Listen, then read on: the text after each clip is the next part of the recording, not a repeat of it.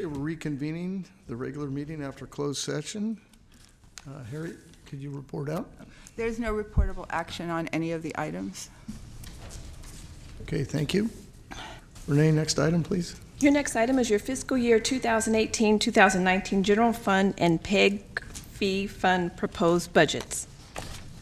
Okay, we'll open the, oh, I guess you're gonna, sorry, getting ahead of myself. Good afternoon. Bob Davison, your Executive Director, and I will present the 2018-2019 budget. And with that, I have a PowerPoint presentation, so if staff can please load the presentation.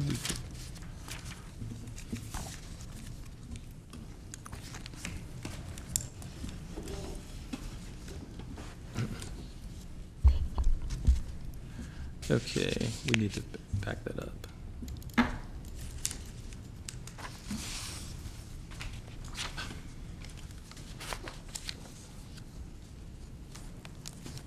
Okay, again, I'm here to present the 18-19 budget for both the general fund, which is 94A, and the PEG fee fund, which is 94B. And just to get it out of the way at the beginning, PEG means Public Education and Government. It's an acronym we will probably use throughout this presentation, so I might as well throw that one out at the beginning. So first I'll talk about the general fund budget, which is 94A. This pie chart is a representation of the entire budget. Total expenditures are 25.99, I'd say averages to 26 million. It's a lot more than we're used to, so let me explain that from the offset. You see two big pieces of the pie, and they are related to the revenue distributions to the member agencies.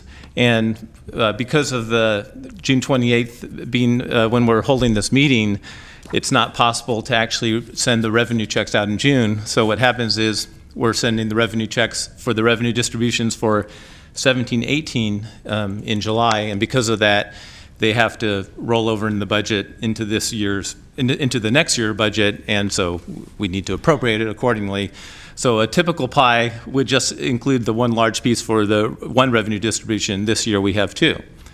So with that, we have the two revenue distributions of around 11 million. The budget also includes reserves, an additional add to reserves of 150,000, 96,000 in other expenses, about 1.1 million in salaries and benefits, just about $1 million in services and supplies, $1.3 million to channel licensees funding, and that's pretty much the budget. Of course, that's just a quick overview, and we're going to go through these components in more detail. So the first component I want to talk about is administration and regulation, and this is the administration and enforcement arm of the commission. This is basically Karen Liu and her staff and everything that the commission office does for the member agencies. Just generally, we administer the state franchises, no more local franchises, as you all know. We assist consumers in resolving their cable-related complaints and issues. We provide funding and support for the 6 PEG channels that are licensed with other operators. And we collect and distribute franchise fees. And also we collect and distribute PEG fees, as well as running Metro Cable 14, with your local government channel. The administration staff includes one part-time executive director, which happens to be me, 4 full-time positions, including Karen, our ASO 3. We have a ASO 1 that's unfilled. I'm hoping that we're going to get that filled this year. We have a confidential senior office assistant, and we also have a senior office assistant who's a temporary employee at this point in time. Part of this budget, and actually as a later agenda item on today's agenda, is we are recommending a reclassification of the confidential senior office assistant to a confidential senior office specialist.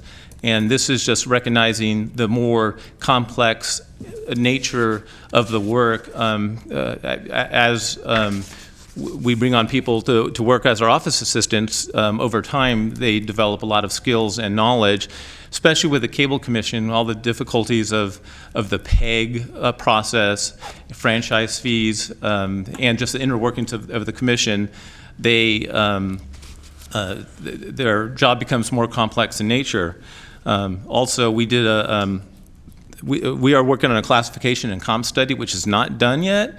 The classification part of that study is pretty much done, and that job description that came out of that classification study pretty much matches the county's office specialist position. So we feel very strongly about this, and I'm talking a lot about that, though it is an item later on the agenda. It's also important for the budget, so I thought I should share that information now. So with that, as your board is aware, the COLA that's offered to commission staff is the same general COLA that the County of Sacramento offers to its employees, and in this year, that COLA happens to be 3%. So today's budget staff report does include a 3% COLA for staff. Some other highlights, closed captioning, we expect will cost about $110,000.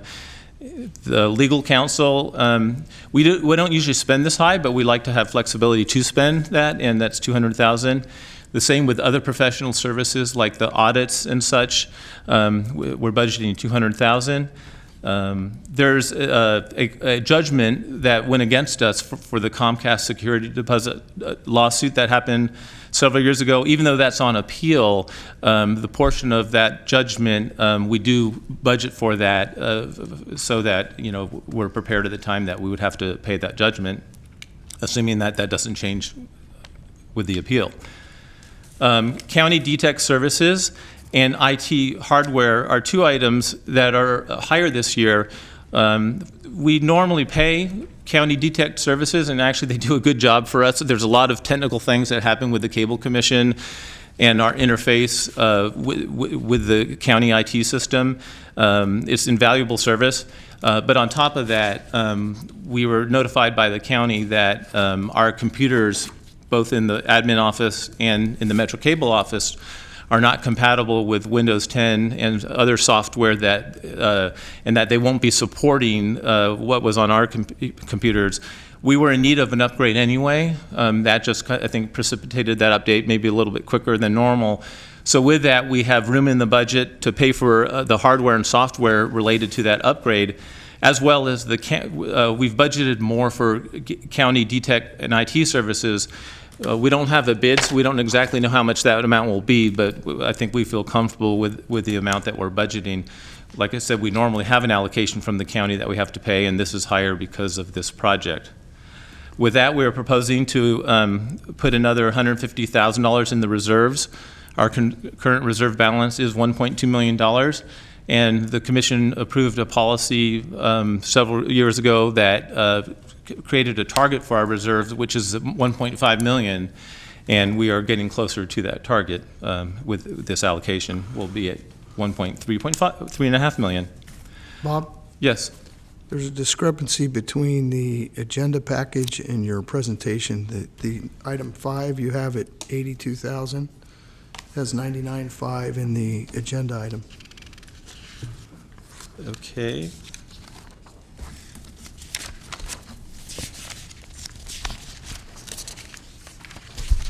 It's on page 3 of 10 on Yeah. the agenda.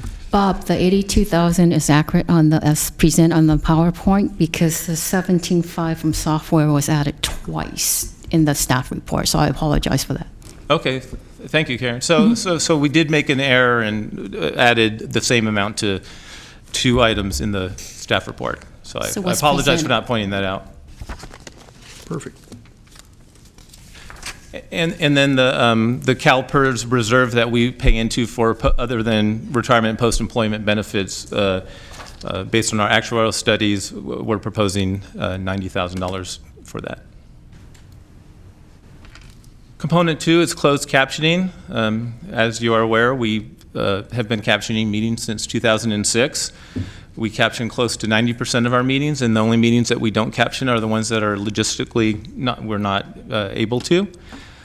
So with that, in calendar year 17, we had 286 meetings that were captioned, over 651 hours were captioned. Staff is recommending that the closed captioning services agreement be extended for another year. This is the same entity, though it's with a different name, that we've been dealing with since implementation in 2006. And I know we had a meeting with Chair Detrick, and we acknowledged that it's time to RFP those services. So we do plan to, before this time next year, send that out for RFP, and the results will be back at next year's budget meeting. Thank you. So component 3 is Metro Cable, and of course Metro Cable is the staff that's responsible for everything that we see on Metro Cable 14. It's gavel-to-gavel coverage of the meetings of the commission. It's 7 member agencies, but also 13 other agencies. In fiscal year 17-18, we recorded 336 meetings for 728 hours. We also do election forums, and we had 7 election forums this year. And I'm very proud of staff. They work with the League of Women Voters, and they put on those election forums. And the most recent ones for the primary were actually quite interesting, if you happen to catch them. Also, Metro Cable staff also provides assistance to the member agencies on all the PEG-related equipment and needs for the different member agencies. Member agencies come forward with their own requests, but there's often things that the member agencies don't know that they need, or don't know that they need something that's compatible with our equipment. And our staff does a really good job of reaching out every year to make sure that the member agency's request also includes the important items that we need, so that we can make sure that those member agency meetings get on television.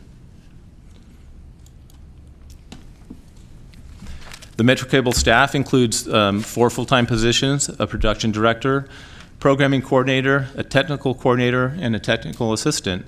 In addition to the full-time staff, we have part-time staff. They're the production assistants that you see at most of the member agency meetings, and they're in the control rooms and doing other things that are necessary to cablecast those meetings. Again, there's a 3% COLA recommended for 18-19, and it's again tied to the county position.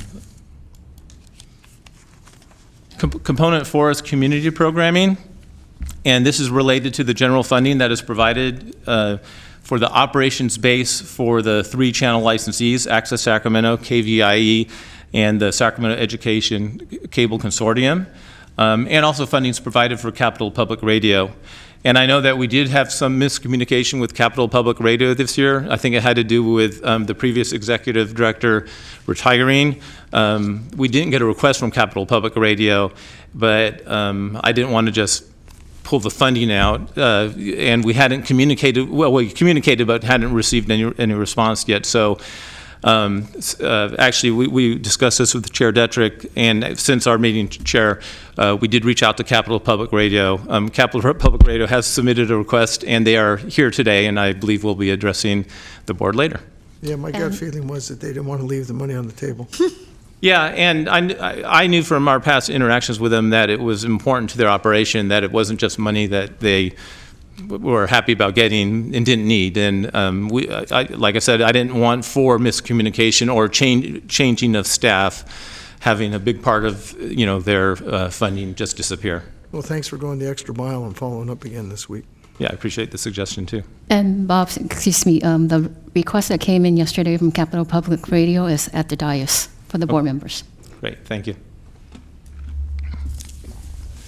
So last December, the commission took up an item which was a COLA policy for the channel licensees, and this relates back to the previous budget meeting, last year's budget meeting, where Access Sacramento brought forward a request, and the request was, in addition to the COLA, they were asking for minimum wage cost and also payroll cost on top of the COLA and the minimum wage cost to be included in their funding request. And with that, brought the direction to come back in December with, an exploration of ideas, and is there a better way to do this? With that, we brought at least 4 fund options to the board, and without going into the back and forth and the minutia of all the different options, what was settled on, the direction that we got from the board, was that for the channel licensees, that we would include the same COLA that staff was getting, But we'd also include a COLA to cover the minimum wage costs, and those were the ones related to Access Sacramento, because obviously with different organizations, you're going to get a different number depending on how many minimum wage employees that they had. So we use Access Sacramento as the model, along with associated payroll cost, like Social Security and taxes and workers' comp and other things. And so with that, the COLA policy, we brought examples to the board in December. They approved this policy, and that policy translates to a 4.59% cost of living adjustment for the channel licensees. I will also tell you that later on in the agenda, we have an agenda item to approve that policy. That will be just a formal approval of that policy. So this, what you're seeing in today's budget item is the implementation of the direction that this board adopted in December. So this brings the exhibit that shows the funding base for the channel licensees. And basically this shows the, last year's amount, and then this year's amount with a 4.59% applied. Won't go through the numbers individually, but that shows that the total funding support for channel licensees base is 1.29 million for this year. And that brings to some's favorite part of the discussion, the revenue distribution to the member agencies. And so with the revenue that's coming in, and we run the cable commission, we provide the funding support, and what's left over at the end does get distributed to the member agencies based upon population. And we get the latest State Department of Finance population figures to dole out the revenue distributions. With fiscal year 17-18, we had budgeted 11.818 million, and we actually got 11.34 million in revenue, pretty close. So as per past practice, the difference gets added to the budgeted amount, and then that amount is disseminated to the member agencies as their revenue distribution. And like I said, this year in July rather than in June. And this year's budget, which I'll be talking about this a little bit in just a little bit, but the proposed distribution is 11 million for next year. That would be paid in June of 2019. Sorry, I can't count. And obviously, just like this year, if there's any additional revenue, then that would be added to the revenue distribution then. And the next chart just shows the revenue distributions that that each member agency gets. I won't read them out all individually, but like I said, it was based on the Department of Finance populations, and we this chart here shows the percentages that each member agency gets based on population. And fortunately, it does add up to 100%. So. In preparing this budget, we like to look at the trends in the franchise fee revenue that we're getting from the cable video companies. And I know that we've reported out over the last 2 years that we've seen a significant decline in the revenue coming from AT&T. That's basically due to AT&T seems to be abandoning their UVerse platform, which is their in the ground, through the right-of-way way of providing service, and that they are more promoting their DirecTV, which is a satellite-based slash over-the-top internet product, which does not require the payment of franchise fees. So with that, we've seen a significant decline of more than 20% a year over the last couple of years from AT&T. Fortunately, Comcast revenues have still been increasing. Consolidated revenues, they did kind of flatten out this year, but they had increased previously as well. So with that, you can, I always like to show just the long-term trend in franchise fee revenue, with the peak being a couple years ago at 14.33 million. This year, our actual revenue was 13.91 million, and I do like to be a little bit conservative in budgeting.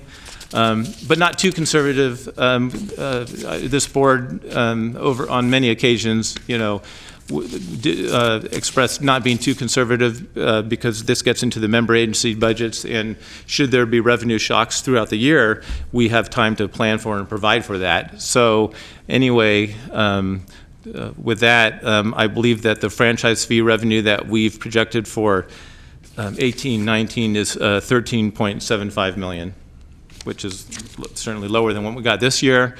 But not knowing what the trends are showing, it's hard to say, how that will come out. And this next chart just shows the same information and also does show the 13.75 million that we budgeted for this year, which is the same that we budgeted for last year. And it does show you percent-wise that revenue is down 2.5% this year from the previous fiscal year. So that concludes the general fund portion of this, and then we transition to Fund 94B, which is the PEG fee fund. And with that, we have another pie chart for you that shows you how that budget works.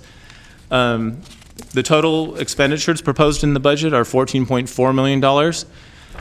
That is more than we get in PEG fees. We get about, well, it'll be shown later, but somewhere over $2.3 million in PEG fee every year.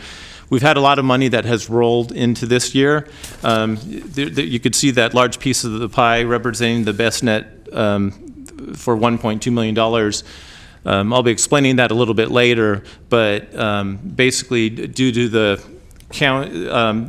commission, Sacramento Education Consortium and Comcast not achieving an agreement on the completion of BestNet, this money hasn't been spent yet and has rolled over into this year's budget.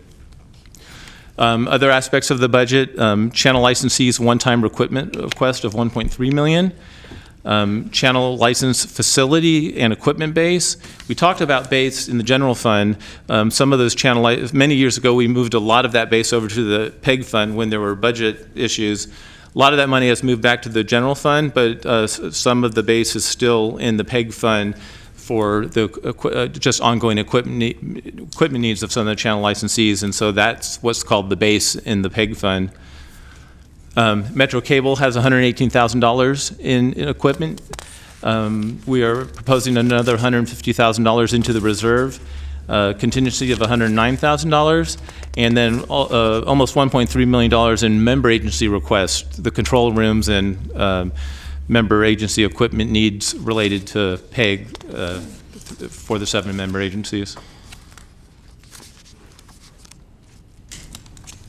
And this chart here shows, I didn't graph the PEG funds because it almost tracks exactly to franchise fees, so you'd be seeing the same graph. But this shows we are budgeting $2.75 million in the PEG fund as revenue coming in, and that's the same as last year. Again, we have 2.89% decrease in PEG revenues from the previous year.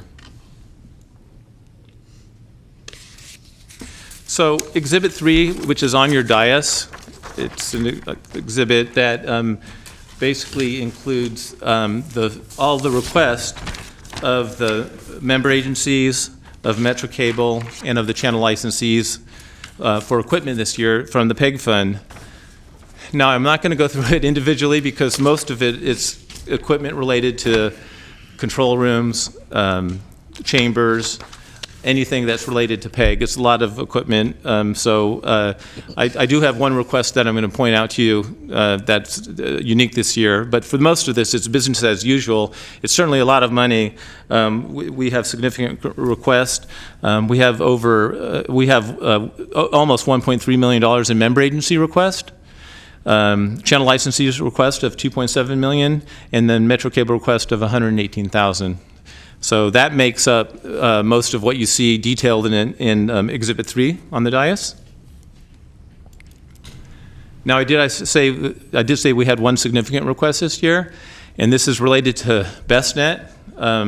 The title of the slide is BestNet/E-rate, and as this board knows, and I think as I just briefly explained, we have money that's rolling over into this year's budget because no accord has been reached between Comcast, the Cable Commission, and SECC.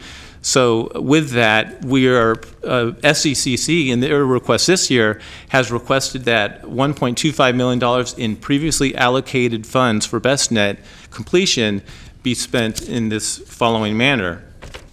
$254,000 to close out 9 BestNet sites, $11,000 to pay for BestNet project management related to those sites, $685,000 as a match for E-rate for schools, and I'm going to talk about that in a second, so just hold on any questions. And then $301,000 that wouldn't be spent on the E-rate for this year, but would roll over into next year, assuming this year's budget is approved as requested. Oh, wait a minute. Okay. So I apparently am missing a slide, which I said was the next slide. And this has to do with SEC's request for E-rate. E-rate is it's been around for a while. It's a federally approved program that allocates money to schools for dark fiber, for cable, for cable in the schools services and internet. With that, we've had BestNet. We've liked the BestNet process over the past many years, which this commission has funded significantly. But with the closing out of BestNet and the issues we've been experiencing, SECC in their request this year has requested that the bulk of the funds that are rolling into this year's budget be used for E-rate. Now, there are 3 schools that have 3 school districts that have submitted requests for proposals for E-rate services. Liz Rhodes, I'm sure in her comments, can update you on the status of those RFPs. But with that, rather than completing the remaining BestNet sites, SCCC is proposing that we close out BestNet with those 9 remaining sites, and that the remainder of this money be used so that the schools can RFP for E-rate services and provide the internet and cable in the school in that manner. And I apologize for the slide that seemed to have disappeared. So with that, that's pretty much the end of my budget presentation. Obviously, me or staff can answer any questions that you may have. And with that, I recommend that you approve the budget resolutions, and all the resolutions and attachments that are included in the budget packet before you today. Thank you. Okay, well, thanks, Bob. We'll open public comment. We have no one signed up to speak. Is there anyone in the audience who wanted to speak on this? Seeing no one run into the podium, we'll close public comment and go to board deliberation and or direction. Any comments from any of the commissioners? Okay. So do we have a motion to approve the fiscal year 2018-19 General Fund 904A and PEG Fee Fund 904B proposed budgets to include the following resolution, exhibits, agreements included in the budget staff report? I would so move. Second. We have a motion and a second. Go ahead and vote on your screen.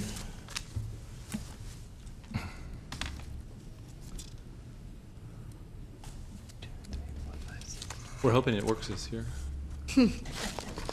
Well, it looks like a couple of people didn't come through, huh? Looks like 2, 3, 4, 5, 6, 7. That's right. 1, 2, 3, 4, 5, 6. That's right. Somebody said come through, Howard. No. Matt's it's not here. showing yes. That's right. Matt's here. Oh, Matthew's yeah, here. of course. Yeah. Well, that would make sense. Thanks, Jeff, for, we tested the system before the meeting so that we didn't have the same issues that we had last year, and thanks for staff. It seems to have worked. Okay.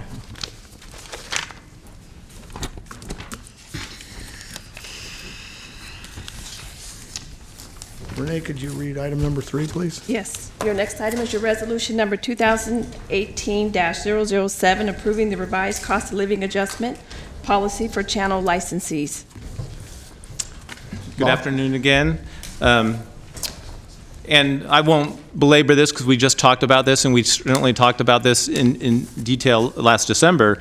But this basically is just the formal written policy related to the COLA policy that we were directed to implement that was included in today's budget, and this just puts it down in the words of a resolution. So with that, unless you want any further explanation on it, I recommend that you adopt the resolution approving the revised cost of living adjustment policy for channel licensees. Okay, we'll open public comment. We have no one signed up to speak on this. And we'll go to board deliberation or direction. Any deliberation? Can I have a motion to adopt a resolution number 2018007, approving the revised cost of living adjustment, also known as COLA, policy for channel licensees? I'll second. Have a motion and a second. Please vote on your screen.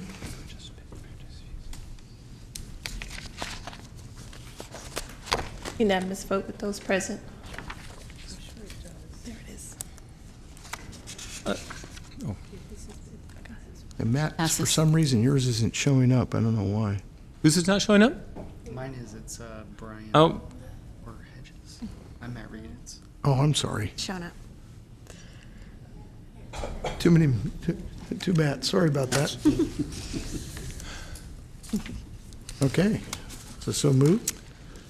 Renee, can you do the next item, please? Your next item is resolution number 2018-008, approving the Eighth Amendment to the license and operations agreements pertaining to the use of community programming channels. again, this is a budget-related item, but in order to implement some of the actions that your board just approved, it's necessary to implement these eight agreements, and these are amendments to the license and operation agreements with the community programming channels and the channel licensees. With that, I recommend that you adopt the resolution approving the Eighth Amendment. Okay, we'll open public comment. No one signed up to speak. We'll close. Board deliberation and direction. No, moved. So moved. Second? We have a motion and a second. Please vote on your screen.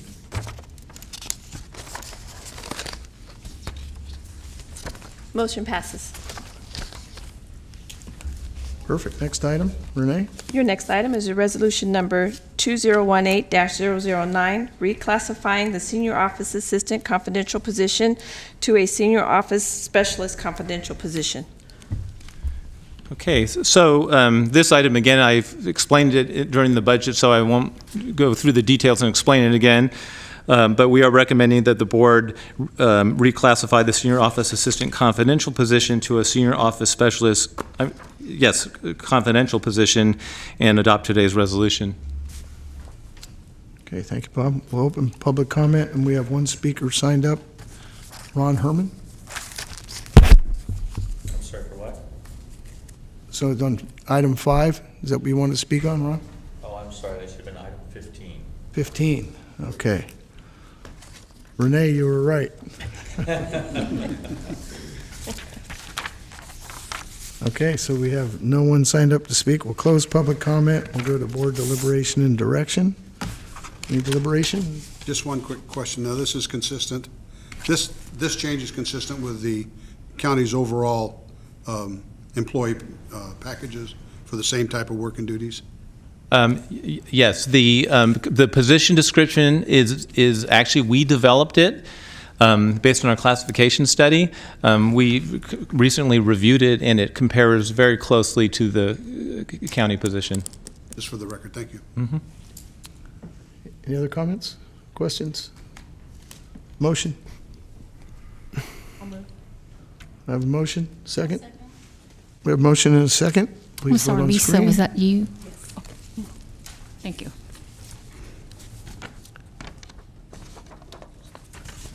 Okay, motion passes. Okay, next item, Renee. Your next item is a resolution number 2018-010, approving the pro forma cable casting services agreement. Okay. This is something that staff has been actually wanting to address, and so I'm glad that we're able to bring it to the board today. So currently, member agency meetings and also meetings held in either this board chambers or other member agencies are cablecast, and there's no charge to the entities. And I believe this is the practice that has been with the Cable Commission, well before I became executive director. But there has been a longstanding practice that when we go out and film a meeting at another location, which has travel issues and setting up, and in the case of regional transit, bringing the van, we've charged the marginal cost to those entities. And it's actually, this is kind of a legacy thing. It goes back, like I said, before I was executive director. But with two of these entities, there's no agreement. We perform those services. We have billed them. It's actually, the billing is a very complicated process, and that's actually one of the reasons why we actually want to simplify that process. But with that, we have an agreement with SMUD, but we do not have an agreement with two of the entities. Many years ago, or a couple years ago, when the California Corrections asked us to start cablecasting their meetings, which actually happened in this board chambers, there was no cost to that, but we decided at that time that it would be a good idea to have an agreement, an MOU, for those services. So we implemented that, which is a template for any other entity like that coming forward. But what we didn't have was a template for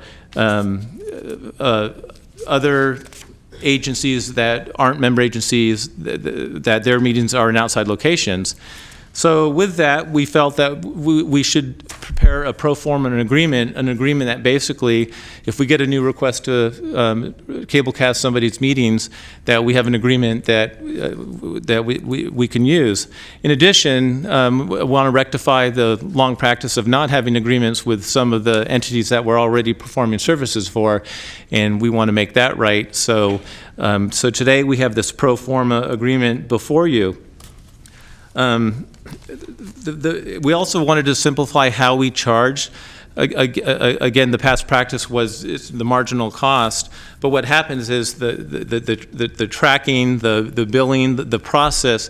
What we're not, and we're also not charging for the administrative cost for that. We felt there was maybe an easier way to do this. In looking at what it takes to put these meetings on, in reviewing some of the past charges that have gone to the three entities that we're charging for, we came up with a cost of $200 a meeting.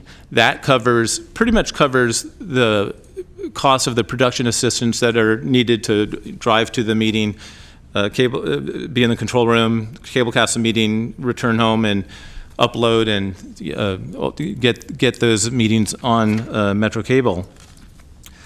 Also, we have a van. The van is still a great asset for us.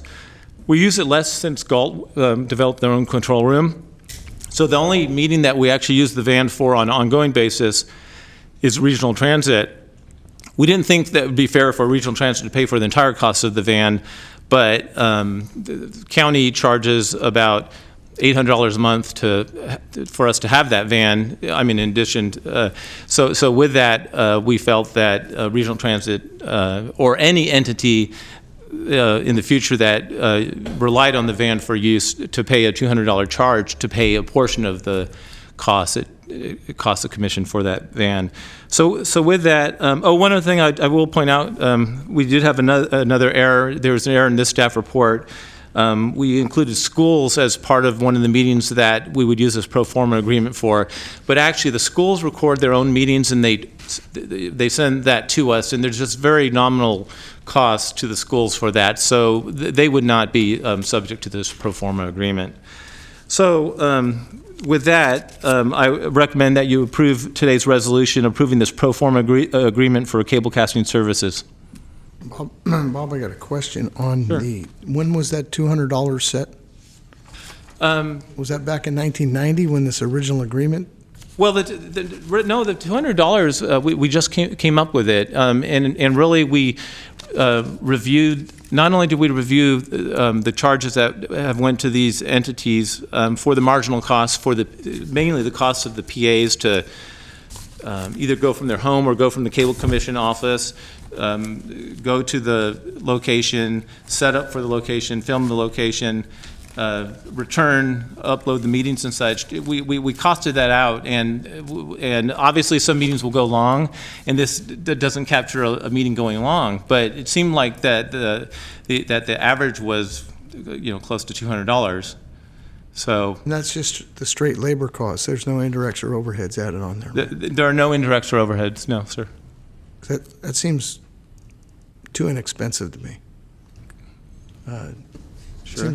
Seems like we should have, usually indirects and overheads, I don't know what the cable commissions, but it's very common to be 100% markup on the base price for all the indirects and overheads. Sure, and I would agree. As a business, that would certainly be definitely a good practice. The Cable Commission, it's not a business. We're providing a service. We actually provide many of our services for free. The member agencies pay for these services so that we have government meetings on the air on Channel 14, and actually through other mediums as well. So with that, we don't even charge other entities that their meetings happen to be in the board chambers, or these meetings happen to be, most of them are in the board chambers. There have been other cases where they've been at the city council. So with that, there's always been this practice to charge for this marginal cost, and this pro forma agreement is bringing that forward. And I agree it's a low amount. It's not a big amount. But I also think that that's in keeping with with our past practice and our mission of getting these meetings to the people. We don't want to make the cost too high for that. Okay. Any other thoughts from the other commissioners on that? No. I agree with Bob on that one. This commission's not a business. So I'm not in disagreement with the $200. Okay. Yeah, on all of these, all of the people that, or the organizations that we film or broadcast are public agencies. They're not making money either, so it's not as though they're using our facilities for their own money-making purposes. Yeah, I'm just used to even the quasi-private sectors, quasi-government sectors usually have a fee built in for you capture the indirects and overheads, but it's not a sword I'm willing to die on for such a small amount anyway. But anyway, I just thought I'd kind of bring it up as at least for discussion. And so open public comment. No one signed up to speak. We'll close public comment. Is there any other deliberation on this? Can I have a motion to approve resolution number 2018010, approving the pro forma cablecast agreement? So moved. Motion, second? A motion and a second. Please vote on your screen. And Renee, the answer is? Unanimous vote. It passes. Perfect. Thank you. Read the next item, Renee. Good. Item number 7 is your calendar year 2018 investment policy for the pooled investment fund. This is another annual action. We usually have this at our budget meeting. Because we invest our funds with the County of Sacramento, they require us to approve this policy every year. So with that, I recommend that you receive and file the Sacramento County calendar 2018 investment policy for pooled investment fund. Okay, I'll open public comment. No one signed up to speak. We'll close it. Board deliberation. I see none. So this is a receive and file item. Next item, please. Your next item is review of procurement card usage, October 1st, 2015 to January 31st, 2018, resolution number 2018-011, adopting the 2018 employee recognition policy. Okay, this item. The title is interesting because this is a funny title for a report, but this is basically an audit. This is an audit of the credit cards that the commission and because we use the credit card, we participate in the County of Sacramento's credit card program. We're subject to audit, and they audit us frequently. They did it within the past couple of years, and this is another audit. It covers the period of October 2015 to January 2018. The report actually has two parts to it. The first part is a review of previous findings and how we're doing, and I'm pleased to say we had 3 findings on our previous audit, and they basically have concurred that we've implemented all the recommendations from the previous audit. So that's nice that there's not something we did wrong back then and are still doing it. So with that brings the new period and the findings associated with that. And those findings, there are 2 of them. The first finding has to do really with the small size of our commission. So we have 2 card holders, Kristen Riggs, the production director, and Karen Liu, the ASO 3. With that, we don't have a lot of layers of staff. So I review all procurement card statements. I sign for those procurement card statements. Karen or one of her staff would basically sign the claims that pay U.S. Bank for the credit cards, for the P cards. Well, what the audit finding is saying is that as a card holder, the card holder shouldn't sign the claim that goes to U.S. Bank. So with that, we're implementing a change, and now I will, in addition to everywhere else I sign and review for the P cards, I'm also going to sign those claims that go to U.S. Bank. So with that, that should rectify that finding. Do you have a P card, Bob? I do not have a P card. I have a credit card, but it's for my home. You don't want to see those statements. I was just checking to see who's the check and balance on your card. That would be my spouse. Got it. So there was another finding. We have employee recognition policy. It's actually quite old. It's from 2001, but we don't overdo it. But we have an event or 2 every year, and we pay for those employee recognition events with the P card. This year, staff went to an escape room. It was a good team building and recognition event. It was quite a fun event, actually. But with that, that was paid for on the P card. The idea of this came to me at a staff meeting, and I approved it before the event happened. But I actually didn't. I should have followed up with the email, and I didn't. So there wasn't written approval.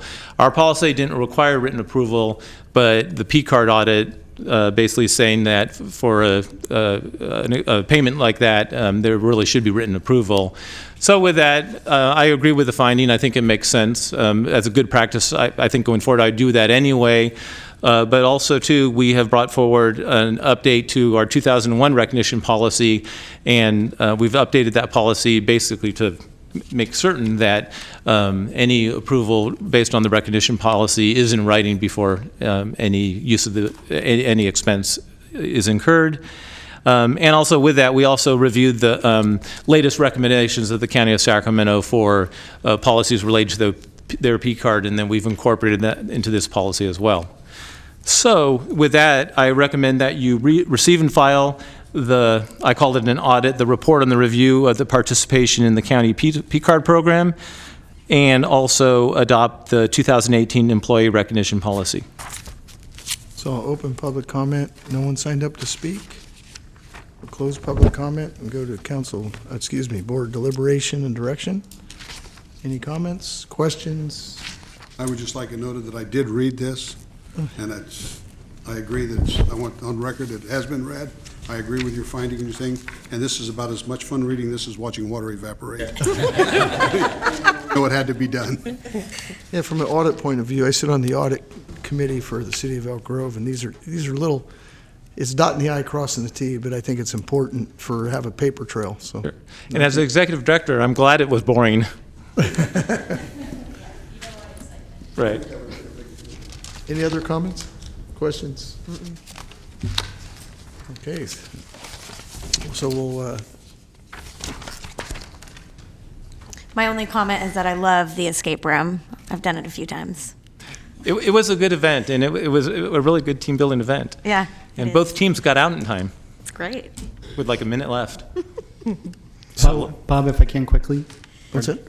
I was just going to ask, you had mentioned the compensating controls under the first new finding, and that I believe that you said that your kind of way to address that is by having you sign off an additional layer. It recommends, compensating controls need to be put in place, and you identified your ongoing sign off on those reports and expenditures being that compensating control. Is that correct? Yes. So the one change is, so the P card holders use the P card. They have expenses. They get a statement, but I get a statement too for both P cards. I review every statement. I actually look at every item. Cable commission related items. There's no alcohol or gifts or things that just, why is that here? And of course my staff wouldn't do that, and I've never even had an issue. So with that, I review that and I sign those statements every month, and we keep those on file. Staff prepares a log of claims, other claims too, but this claim also appears on a log of claims, and so I see every claim that goes out from the Cable Commission, and I review that on a monthly basis, and I sign for that, and that's on there. But in addition to that, I was not signing the claim that went to U.S. Bank.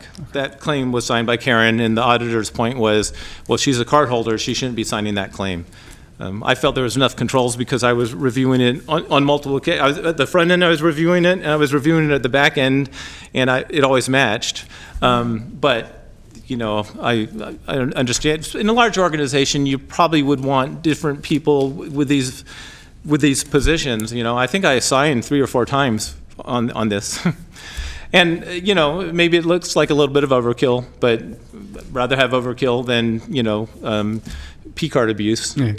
And so with this recommended change, rather than Karen signing that claim that goes to U.S. Bank, I will be signing those claims.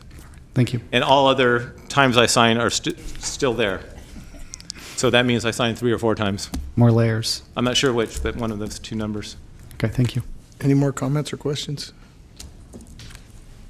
Okay, so the board will receive and file the review of the participation in the County of Sacramento's procurement card program for the period of October 1st, 2015 to January 31st, 2018. And do I have a motion to approve resolution number 2018001, adopting the 2018 employee recognition policy? I would move. You have a motion, do we have a second? I'll second. I have a motion and a second. Please vote on the screen. Motion passes. Very good. Item 9 was pulled, so we'll go to item 10. And Renee, if you could read that, please. Your item number 10 is resolution number 2018-012, authorizing the issuance of a subpoena relating to a review of franchise and PEG fees paid by Comcast in calendar year 2017. Okay, so we do these cable company audits, and now more often than not, we're required to have a subpoena in order to get records from these cable companies. Rather than waiting for them to say no, get a subpoena, we get a subpoena in advance. And so we have several cable company audits that will be coming forward, and this subpoena is for the audit of Comcast for calendar year 2017. And with that, I recommend that you approve the resolution authorizing the issuance of a subpoena. Okay, we'll open public comment. No one signed up to speak, so we'll close public comment and go to board deliberation and direction. Any comments or questions? See no comments or questions. So do I have a motion to approve resolution number 2018012, authorizing the issuance of a subpoena related to a review of franchise and PEG fee paid by Comcast in calendar year 2017? I move approval. We have a motion, second? We have a motion and a second. Please vote on screen. Chair Detrick, ex officio Hold Gateway on. cannot make, You're ex officio, I'll second. you're ex officio, so you can't second. I'll second. sorry. Okay, I didn't hear, what was the issue? It's an ex officio. Can't second. Okay. Can't vote. So we have a motion and a second, and everybody vote? No. I'm missing somebody didn't vote. I'm going to clear it and do it again. Okay. There we go. Vote again, please. So close. There we go. Motion passes. Perfect. Thank you. Next item. Your next item is your calendar year 2017 surplus property list. Okay, every year, we ask you to receive and file the list of property that is surplused. With that, I recommend that you receive and file. I also actually want to point out that this used to be something that gave us a lot of headaches. It was always an audit finding, and we didn't do the best job of accounting for our equipment and surplusing it. We have some staff that has really improved that process. Mary Anceletto, who's sitting over there, and Kevin Benyon, who's in the back, probably have had the most effect on our being able to do a better job of this. And I'm crossing my fingers because we're doing an audit right now. So I'm projecting that that won't be a finding this year. If it is, I'll explain it. But Okay. So we'll open public comment. No one signed up to speak. Close public comment. And any council deliberation? Comments, questions? Hearing none, this is receive and file. And we'll move on to the next item, Renee. Your next item is a Conflict of Interest Code, Appendix A, list of designated positions for calendar year 2018. okay. A couple of years ago, the board approved a significantly revised conflict of interest code that we worked on through the County of Sacramento. And then just recently, and at this meeting, we're just asking you to make minor changes reflecting changes to board members and such. There's no significant changes to the code here. So with that, I recommend that you approve the revised list of designated positions for calendar year 2018 related to the conflict of interest code. Okay, so I'll open public comment. No one signed up to speak. We'll close public comment. Board deliberation and direction. Any comments, questions, concerns? Okay, can I have a motion to approve the revised list of designated positions for calendar year 2018 identified on Appendix A? So moved. A motion and a second? I'll second. Have a motion and a second. Please vote on screen when it comes up. There it is.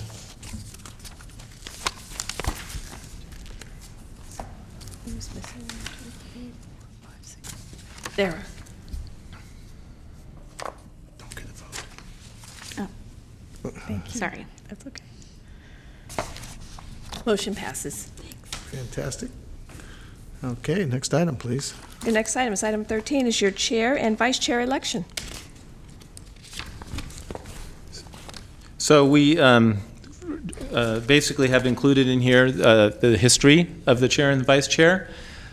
Typically, I defer this item to the chair to figure out how the board would like to elect their chair and vice chair for the upcoming year. Okay, so why don't we take the vice chair first? Who, do we have a nomination from the board for vice chair? I think in the past, there's been default to the, to the standing folks, but it, In the if they're, Yeah, he's not here. Yeah.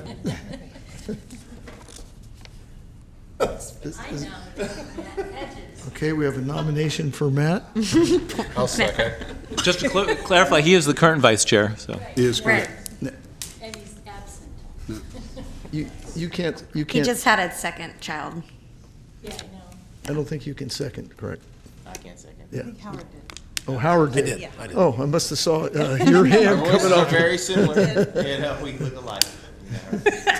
Yeah, brother from another mother, I get it. When I look over on Okay, the so we side. have a motion for Matt Hedges to return as the vice chair and a second. All those in favor, please vote on the screen. Motion passes. See, Matt we either Hedges. can send congratulations or condolences to Matt. Okay, so now we go to the chair. Do Al we ha- Fox. What's that? Not a good time. Al No. should do it. You decline? I would be, should be, if I do it, should be after next year, after January. But I will nominate the current chair to continue. Okay, there's a motion. Is there a second? I'll on that? second. We have a motion and second for the current chair. You guys put me in an awkward position here. All those in favor, vote on screen. Vote yes for yourself. And motion passes. Okay, it looks like we got a repeat. I think I got to catch up to Ted. He had a three-peat, I think. Oh, God, he had a four. I run for election. 4 or in November, 5. So it wouldn't, Okay. Yeah. So we got everything we need on that one. Next item, please. Your next item is your general administration report. Okay, I'll go through, there's 4 items on the agenda for the administration report, so I'll go through them in order, I guess. First, the quarterly meetings for the remainder of calendar year 2018. And there are 2. One scheduled for October 4th, 2018, and one scheduled for December 6th, 2018. And as we've gone, if there's no need for the meeting, we will cancel and give you plenty of notice. Okay, perfect. The final budget was October 4th, so I'm pretty certain that one won't be canceled. Sounds good. So there's no other So- questions on the board on that? Oh, okay. Okay, we'll move on. Before we move on, I should have. Oh, no, I still have more items. I Oh, I thought, No, excuse me. That was just item 1, okay. so Oh, I'm sorry. Got one. All right. it's okay. That's item 1. I probably paused too much, so that made it seem like I was done.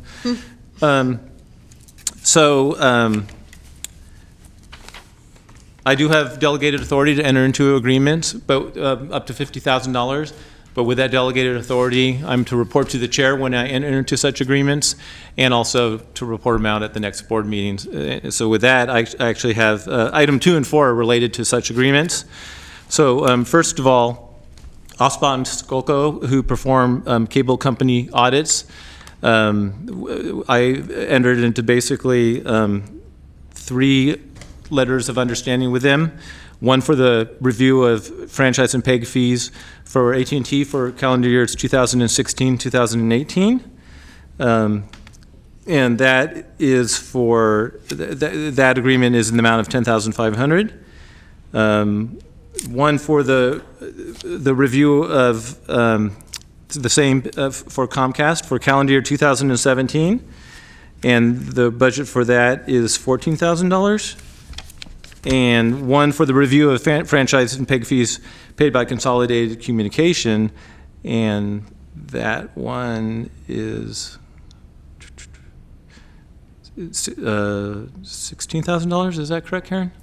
I don't have that information with me, I'm sorry. Okay, I believe that's correct. I believe it's 12, though, 12,000. Okay, well, I apologize for being confused about the amount, but I will double check that after the meeting. If you'd like, I can email that out. Still under your 50,000, right? Yes. It is. Mhm. I just have 2 notes that happen to have different numbers, so. So with that, I'll go to item number 3. It's the status of the classification and compensation study. And we talked about that already. The classification part of that has pretty much been completed.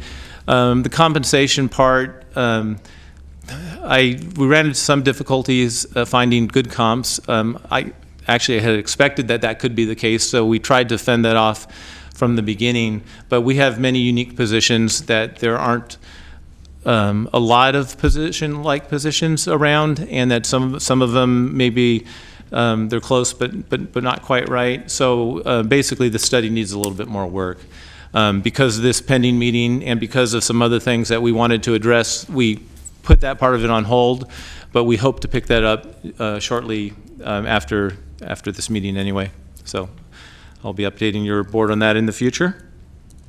And then finally, we entered into an agreement, with HR2Go. So sometimes it's hard being a small organization. We have great staff, but we have little staff, and sometimes maybe I seem to complain about that. It's not a complaint, but it's just a reality. Things like the audit, where we don't have all the layers and such. So anyway, there are some things, so they get more and more complicated, and our staff basically works as HR staff. We use Harriet's firm as our legal counsel for HR issues, and the County of Sacramento is always willing to help out and give us HR advice. But the HR work, the reviewing policies and procedures and updating them, being up to date on all the changes required for small organizations, the hiring packets and hiring screening and such. There are many, many things that we do that are administratively cumbersome. So actually, I have to thank Gary Martin. We heard about Access Sacramento uses this firm, HR2Go, to provide their human resources services. And so we actually looked into that. We also actually checked with some other organizations like the Fair Oaks Park and Recreation District and an irrigation district up in Placer County. Got really good reviews. And so we thought that this was a really good thing for our commission. And I think it's going to be the thing that's going to take a lot of the things that take so much of Karen and her staff's time and move them on to this consultant firm. That help will allow us to use our staff to maximize the items that are more important to the commission, and also it's going to, I think, allow us to get there's some long-standing things like updating policies and procedures, updating the injury and illness prevention program. There are things that we've wanted to attack, and I'll be honest, we haven't been able to get them done, and I'm hoping that this is the thing that's going to help us get that done. So I wanted to report to you that I've entered into that contract. The agreement provides for the services that I've just discussed. The monthly cost of that agreement is $1,250 per month, so it's really small for the services that we get. We'll review it after a year of doing it, and if it's not really working out like we think it's going to work out, we'll just not renew it. But there's also a payroll component to that at $425 per month. We're actually finding, so actually we would actually like to use them to help us do payroll too. We're finding that there's some complications to them being able to do our payroll, so actually unless we're able to work out those complications, we will not implement that part of the agreement. So with that, I just wanted to report out to you, like I reported to the chair, that I entered into that agreement as well. And with that, that's item number 4, and that does conclude the 4 items that I have on the staff status portion of the agenda. Thank you for keeping me on track, Bob. So this is a receive and file only, so we'll go on to the next item. Your next item is item number 15, channel licensee reports. Well, I think this is a little bit different than usual. For some reason, there's a combination of numbers that should go with letters. I'm just going to go the way the stack's put together here, and the first person I have is Ron. You're up.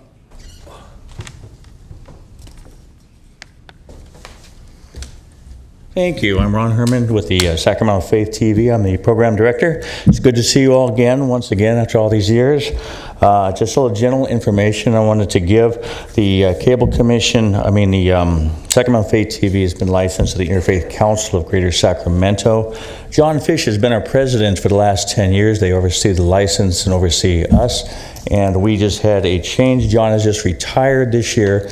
And I have with me today, if I can direct to Edwin Dungu. If you would stand up, please.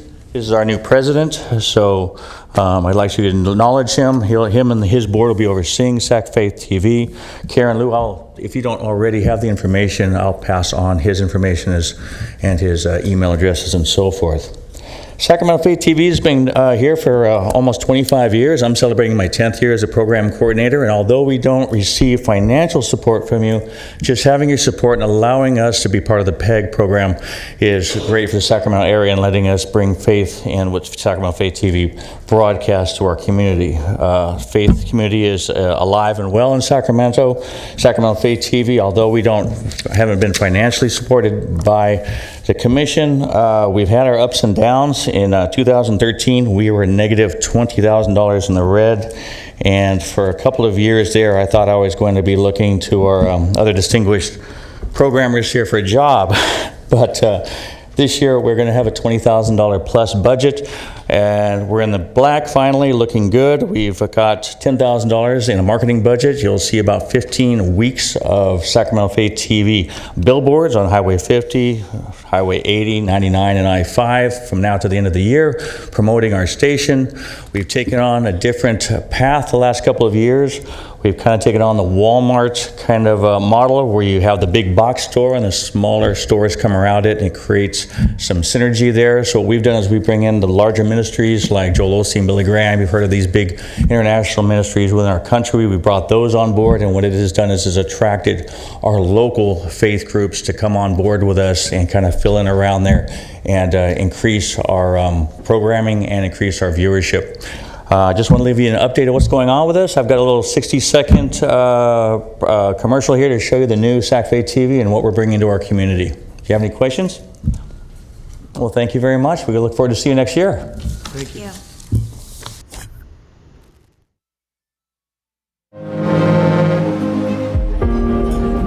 I believe and declare God is going to lead you down the best path for your life. If you take good seed and you put it in good soil, you will see a harvest.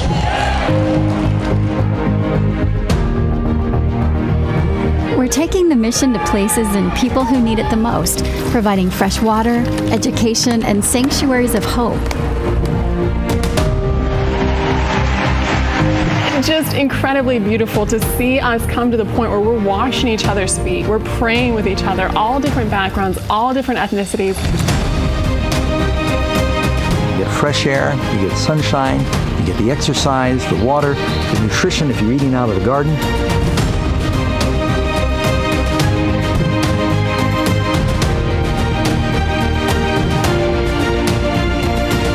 Hi, I'm Joel Osteen. You can join me right here each week on Sac Faith TV.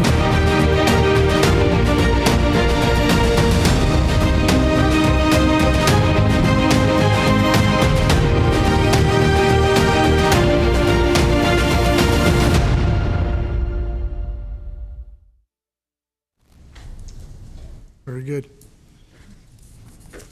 Okay, next speaker, Shirley Tully. Karen, is this going to foul them up in the back if it's out of order? I'm sorry, what? Is this going to foul them up in the No, back if these no, are out of no. order? Okay, sorry. Thank you. I just wanted to introduce myself. I'm Shirley Tully with Capital Public Radio. I know you're used to seeing Arla Gibson. She retired, and judging from Facebook, she's very happy. But the communication between us may not have been the best, so I wanted to give a special thanks to Bob Davison and Karen Liu for making sure that our submission made it intact. I also did a little research, and I really want to thank the Commission for your annual support going back to 1989. That is staggering. We've grown leaps and bounds since then. We've expanded our news and music coverage, we've grown our staff, and we've adapted to the changing media landscape.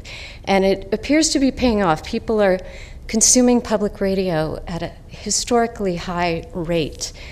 We have over 500,000 weekly listeners online and on air. So the funding request that we put in, we wanted to thank you profusely for that. And it's to cover our 24-hour music programming, online and on air, our award-winning locally produced daily news reports during Morning Edition and All Things Considered, The View from Here, which is our documentary unit in its 11th year of exploring in-depth local issues, and our locally produced daily public affairs program, Insight, with Beth Ruyak. So finally, the Capitol Bureau and our Capitol Public Radio Network, which goes out to 50 stations in California, Nevada, and Oregon. So on behalf of all of us at Cap Radio, we just want to thank you. We're honored to have earned your support over all these years. And thanks once again to Bob and Karen. Well, welcome and congratulations. Yeah. Thank you. Next is Liz Rhodes.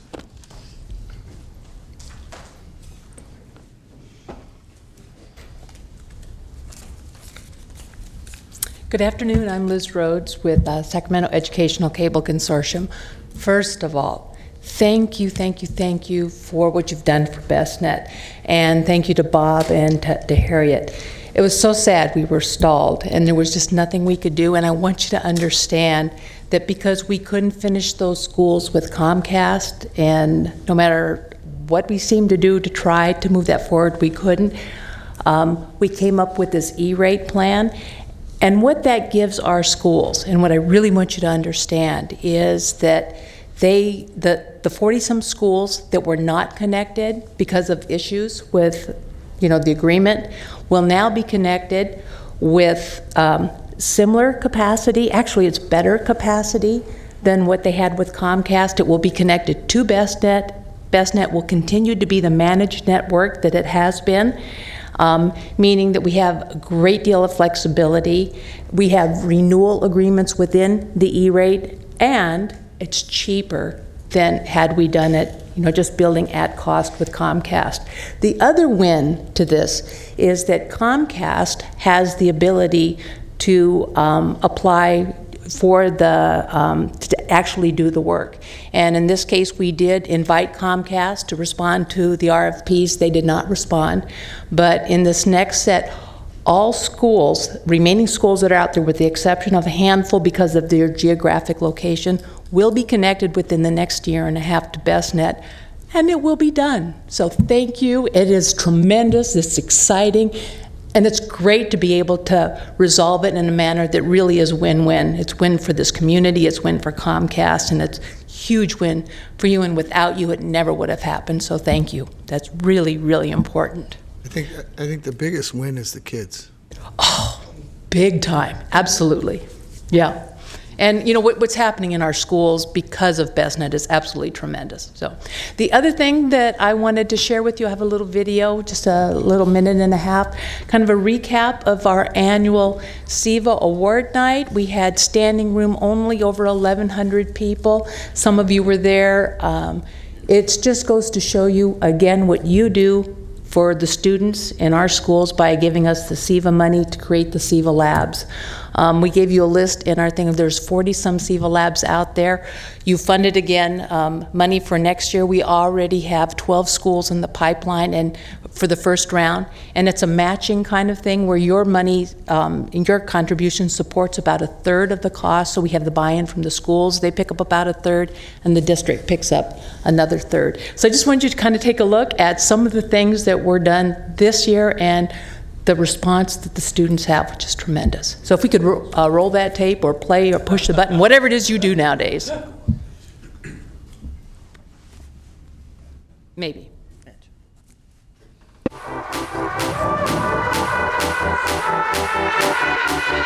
Y'all ready? Here we go. Follow me.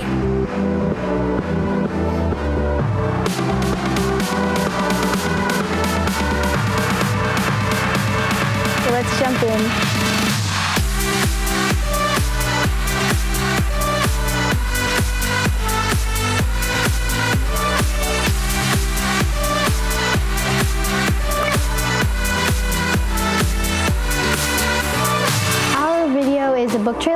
power hit a softball. This new class called Fire Tech. This alien who wants to be a comedian. How to make Hmong pepper sauce. Thanksgiving turkey.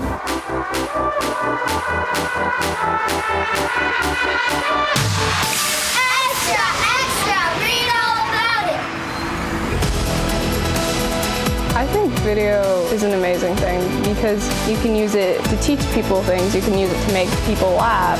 You can put anything, like you could really tell your story with it. You can express the unexplainable.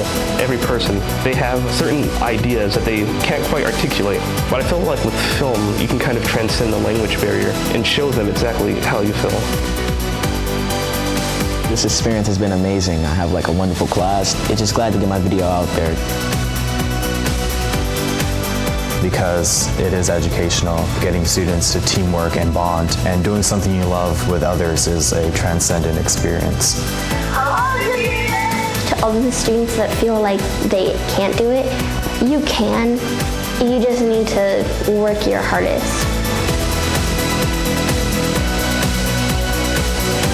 Welcome to the C-Bus. Welcome to the C-Bus. Amazing students that have vision that is incredible, and it's because of what you do that they have the ability to come and share that and share their vision with our community. So thank you. Yeah, Liz, we may give you the support, but you do all the heavy lifting. And, you know, for those of you who haven't been to the SIVA Awards, it's a phenomenal event. Liz has been gracious enough to invite me to be one of the presenters, and she is under the radar. She doesn't even want any recognition at this event for this massive event that she puts on. And one of the most gratifying things that I had happen recently related to that, we have a youth commissioner on the Elk Grove City Youth Commission, and he was videoing at one of the meetings where some are at City Hall, and he came up to me, he goes, I don't know if you remember me, he goes, but he was one of the ones who filmed the disabled water skiers that won the national recognition and was one of the recipients of a SIVA award. And that shows how, you know, here this was probably about 4 years ago, and he still, this is one of his highlights and wants to go into videography in high school. So thank you for what you do in so many ways to support the young men and women of our region.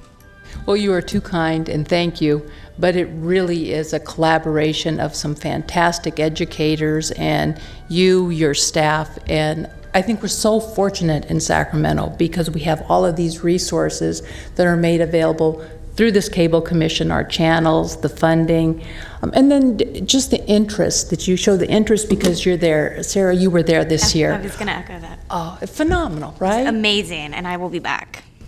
Good. So thank you. Thank you. You got to be nice so you get an invite. Oh, that's true. I'm just going to show up. Okay. Next speaker, Steve Beck. You know, I'd like to defer to Gary Martin right now, though, since he represents all of Sacramento Access. So are you going to do all the Sacramento Access, Gary? There's about 5 of them in here. We would like to in order, if we could. Well, they're out of order. I don't know which order you want them in. We'll start with Gary, and he'll tell who's going to go next. We can do that. I don't want to have you set your agenda, but if it was the order of Gary Martin, followed by Board Chair Don Henkel, and then Board Member Mark Freeman. Okay, wait a minute, we got Gary, and then who? And then Don. Don. And then Mark. And Mark. Then Bob and Steve. And then Bob. Oh, Steve. Sorry, David, I should let you go first. Yeah. Steve and Bob. There we go. Thank you for your patience Steve on and that. Bob? Yeah. Okay. Okay. So thank you for the reorganization of the group. On behalf of Access Sacramento and the Board of Directors, we want to thank the Cable Commission for refunding, reauthorizing another year of operations. Smooth sailing this year and working with the Cable Commission and with the COLA policy and the support of those pieces. It certainly helps us to understand where we're going and what sort of funding we can count on. So thank you for all of that. Free speech and the community voice are, of course, the types of programs that we provide in support of education and diversity, news and information. Our membership at Access Sacramento is at its highest level of all time. KUBU, our radio station, is the biggest growth area of cablecast radio, and 96.5 KUBU, the only station where you can be you on the radio, is broadcasting this meeting right now. And as a reminder, that's also the case of all of the Board of Supervisors meetings for all of those of you who represent that group, and as well as the City Council meetings on Tuesday nights. It's a part of what you funded in 2014 and our promise to continue broadcasting those government meetings. Hometown TV and Game of the Week continue to provide outreach into the community based on special funds that you provide to use our big HD truck. It's an exciting opportunity. We keep doing more and more with that, and that means that our student athletes are seen by colleges in ways that they otherwise would not be able to be seen. But parades, workshops, and material that otherwise would not be on television in Sacramento County is all a part of the voice that we provide to members of the community, and it's all made possible because of all of you. With your permission, I have a short video, but since we have several speakers and some of them are featured in that video, I'd like to hold that and come back after several other speakers make a couple of comments, and we'll show the video at the end. Okay. And with that, I'll hand off and introduce on our behalf our new board chair. I'm actually completing his first year as board chair. His name is Don Henkel, and we're delighted. He is an Access member and now the Access board chair, hosts a TV show, and we're delighted to have him. First off, thank you for allowing me to have a couple of minutes. Thank you, Mr. Chair, and to the Commission for, like Gary said, continuing to fund Access Sacramento. Last year, we heard the message from the Commission that we need to diversify our funding loud and clear, and I'm proud to say that with the invigoration of new board members this past year, we have brought a whole new culture to Access Sacramento, and that also includes diversifying our funding through different types of fundraising events. Obviously, we have our yearly place called Sacramento Film Festival, which last year was a total sellout before the actual event even happened. We had our first Power Voice Gala honoring Patrick Harbison last year at Mulvaney's, which was a sellout. This year, we'll be honoring Gina Knepp from the Front Street Animal Shelter right here in Sacramento. We already know that will be a sellout as well. What I really want to say is that with this new board, I have been very privileged and honored to be their chair, but we have a new culture at Access. We want to reach out even more. Gary talked about the HD truck. We want to be out there broadcasting more local events. He talked about KUBU Radio 96.5. You guys know we have an app for that? Yes. We have an app for 96.5. Okay, it's awesome. That means outside of our broadcast zone, anybody in the country or technically in the global world can listen to KUBU 96.5 FM. So on behalf of the board, I would just like to say thank you for continuing to fund us. We are the power of voice in Sacramento. Access Sacramento, making difference one voice at a time, and good old KUBU, the voice of Sacramento. We thank you again. Thank you for your support. Thank you. I would like to introduce a new board member, Mark Freeman, too.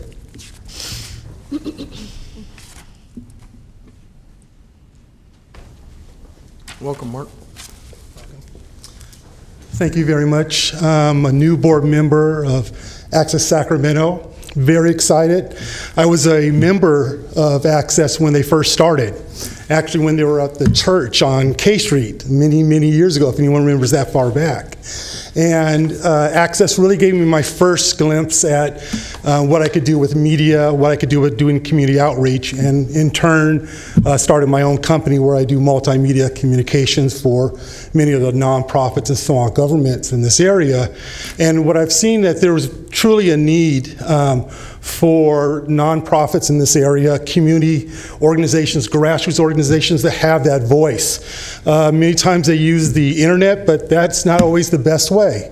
So my hopes as a new board member is really to help connect the various communities of the Sacramento region with the resource of Access Sacramento, and really to reach out with my community contacts as being an ALF senior fellow. I know some of you guys are ALF senior fellows as well as my work with Nehemiah Emerging Leaders Program, and bring all those contacts to Access Sacramento, and we'll see, as the new president said, a new culture there. So I want to thank you for the resources that you provide us.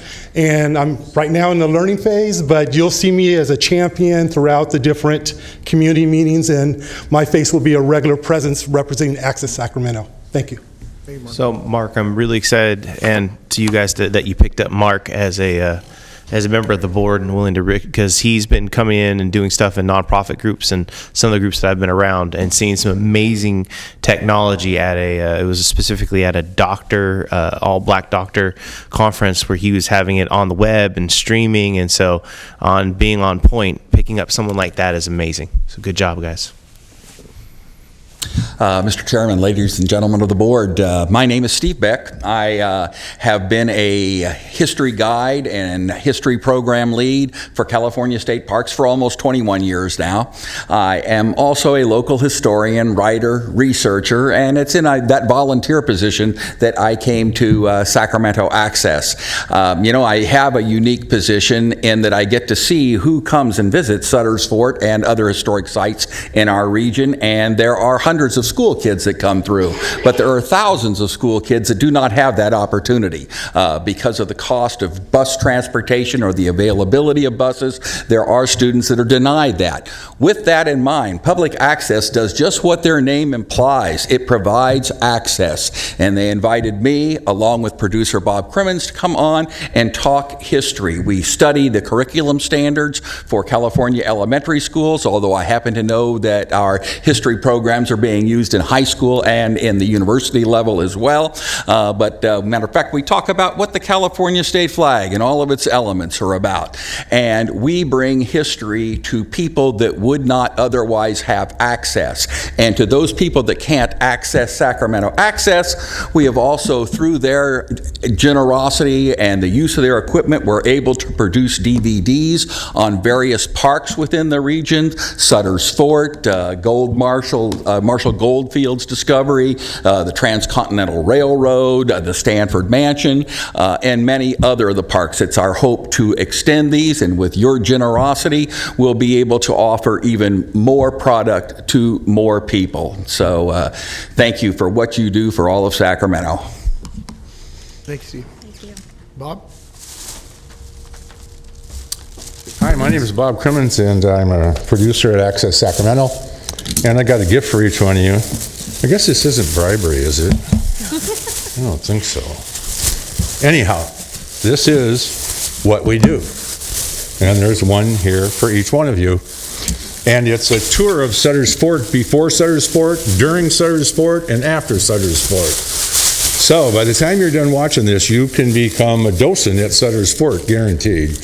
And this is what we send out to all the school kids all over the state of California at no costs.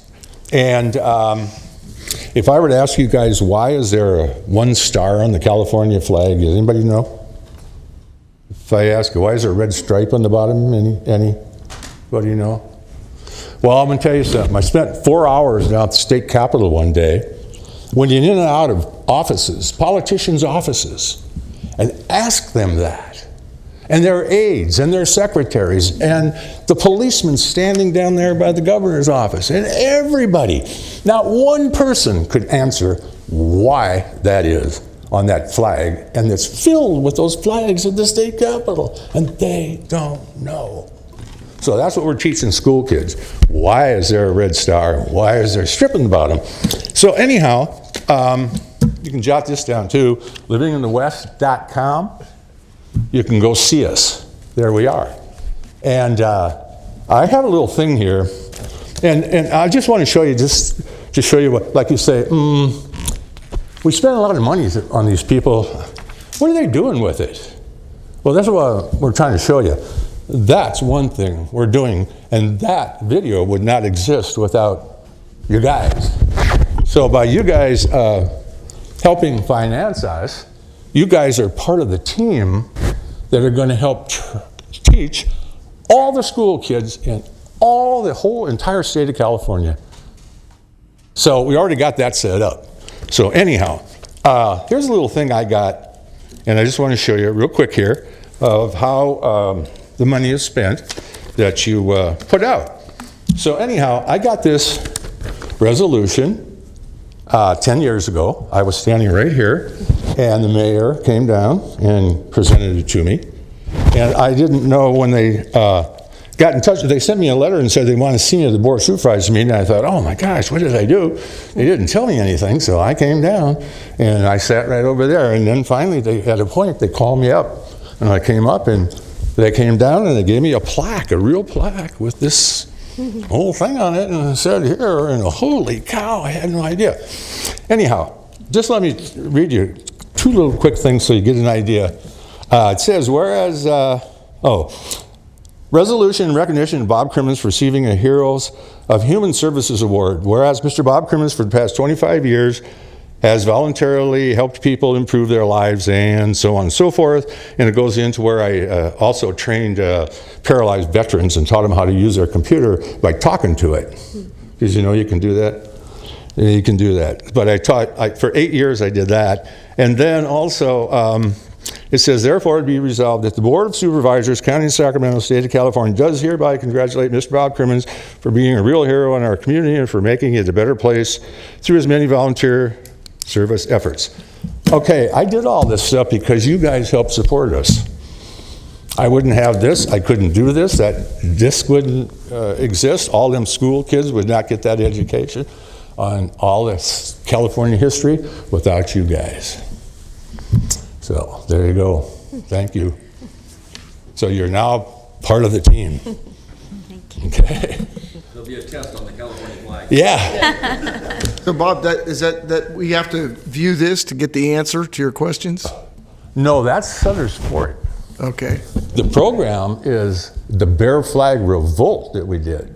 So where's the red dot? Where's the red star come from? It was a tip-off to... Texas for 10 years had been the Lone Star Republic. Texas became a state December 28, 1845. California, in declaring its independence in June of 1846, was going to be the new Lone Star Republic. Of course, that republic only lasted for 3 weeks. They raised the American flag over Monterey on July 7th, and thus began the American occupation of California. The red stripe stood for the blood they were willing to shed to keep California free and independent. The interesting story about it is the red stripe was cut from the underwear of Uncle Billy Elliot. And tell him one more. Talk about giving it all up for Tell him one more thing about who made that flag. William Todd, who was the nephew of Mary Todd Lincoln. What's that? Abraham Lincoln, at that time a first-term congressman from Illinois. Wow. So there you go. Very Thank you so much. Thank you. Thank you. So this program, Living in the West, on Access Sacramento, only exists on Access Sacramento and on the livinginthewest.com website, going out to all of the fourth graders in the state of California. You can tell from our members and from our board how passionate they are about the good work that we're doing on our channel. 286 live meetings captioned by Metro, another 350. We had 2,800 original programs on Access Sacramento's channels this year, and it's an exciting time for us. In concluding, let me show you a short video of some things that are happening on our channel, including some pictures of Steve and Bob talking about living in the West. And thank you again for your support. Here's our video. You're welcome, Gary.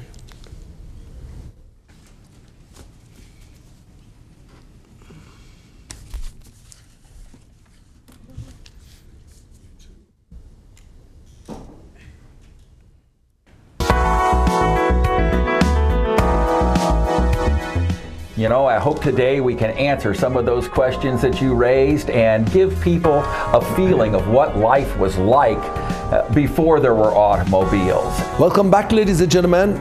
You are watching Shout TV, and this is Ken Hamidi.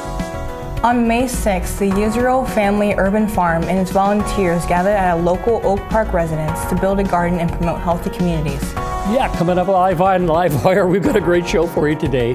So, what are these guys right here? This is part of a Rhea eggshell, and it's Rhea. all hand carved. Okay, so let me introduce you to Maureen, who is one of our amazing, talented artists. Here we go. Hold on to yourselves. Low snap down to get it. Fire to the right.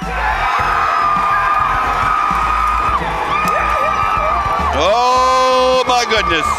We talk about on the slalom skis that the tail of the ski, a lot of people think that because the tail of the ski has the fin on it, that it's just going to carve around and it's not going to slide. But these guys, they need the tail of that ski to actually break loose and slide around a little bit.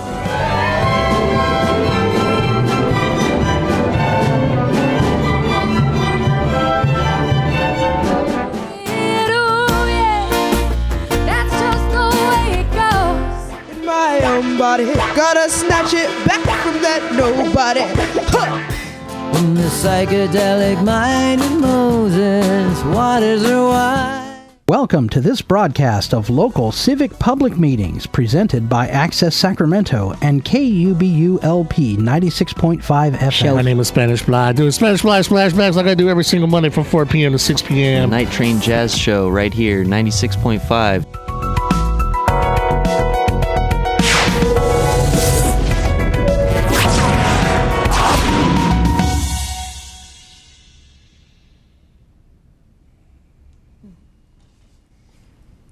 Very cool.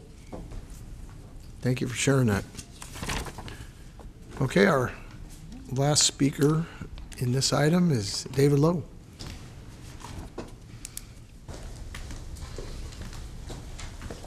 Good afternoon. David Lowe with KVIA. Just wanted to thank you for approving the budget, and also wanted to share that with your generosity, it helps us be one of the most prolific producers of local content of all the PBS stations. And I have just a quick video to recap some of that, and because of your generosity, we'll be doing even more this year. If you have any questions, I can take them, but otherwise I'll sit back and enjoy it with you. Any questions for David? Thank you. All right, don't roll tape, but push button. To the air that we breathe, from the depths of the earth to the stars. Light up the world, run like you're born to fly. Live like you'll never die. Dare what you dare to dream, and everything in between. I had an epiphany one night, looking at the endless star-filled sky. A lot of times people second guess children and look down on them, and they're absolutely amazing. The world is ours.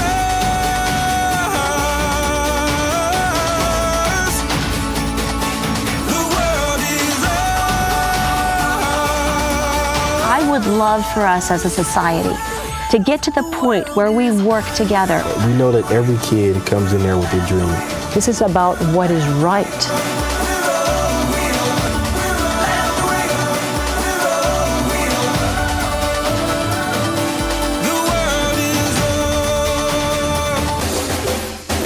Sing out your battle cry under the staging sky. Oceans and land divide, united we feel inside. The world is ours. 4 years ago, I dumped ice over my head. Now we're doing the opposite with the hot pepper. Wowza.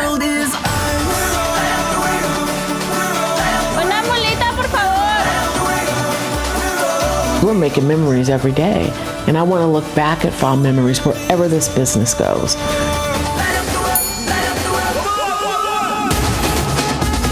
I think that art is universal, because when you create a vibe and when you create something that is inclusive of everyone, then like that's the place where everyone wants to be.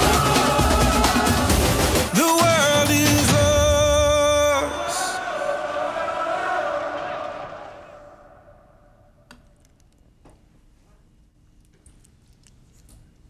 Impressive.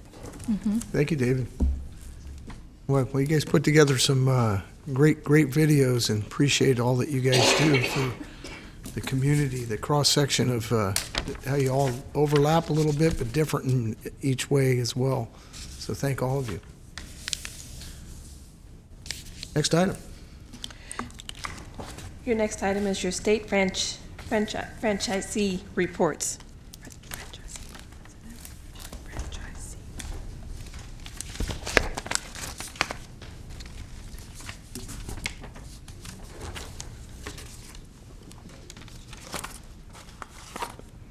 So is there, I don't see, have any speaker slips. Is there anybody here from AT&T, Comcast, or Consolidated?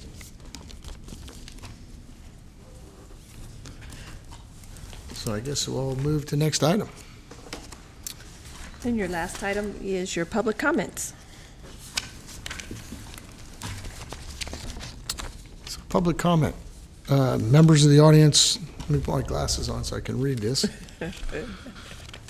Members of the audience may comment on any interest within the subject matter jurisdiction of the commission. Each person will be allowed 3 minutes. No action may be taken on non-agendized items raised under public comment until the matter has been specifically included on a future agenda for discussion and action. If a member of the public wants a response to a specific question, they're encouraged to contact the commission staff or any board member. So we will open public comment.